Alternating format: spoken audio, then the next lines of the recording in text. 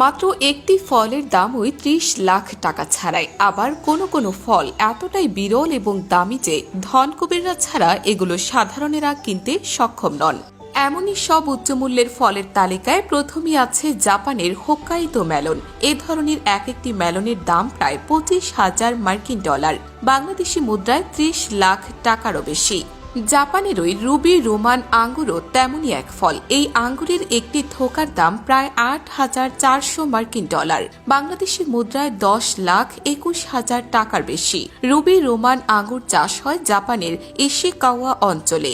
জাপানের আরেক ফল ডেনসোকে তরমুজের দাম বাংলাদেশি মুদ্রায় ৭,২৯,০০০ টাকার বেশি।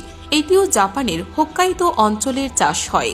জাপানের আছে তাইইয়া নো তামাগো আম, যার একটির দাম বাংলাদেশি মুদ্রায় ১২,০০০ থেকে ২৪,০০০ টাকা। থাইল্যান্ডে পাওয়া যায় বিজেম, যা আদতে তীব্র ঘ্রাণযুক্ত ফল ডুরিয়ান। একটি বিজেম ডুরিয়ান প্রায় $২৫০০ বিক্রি হয়, বাংলাদেশি মুদ্রায় ৩ লাখ টাকার বেশি। ফলটির এত দাম হওয়ার অন্যতম একটি কারণ এটি বিরল।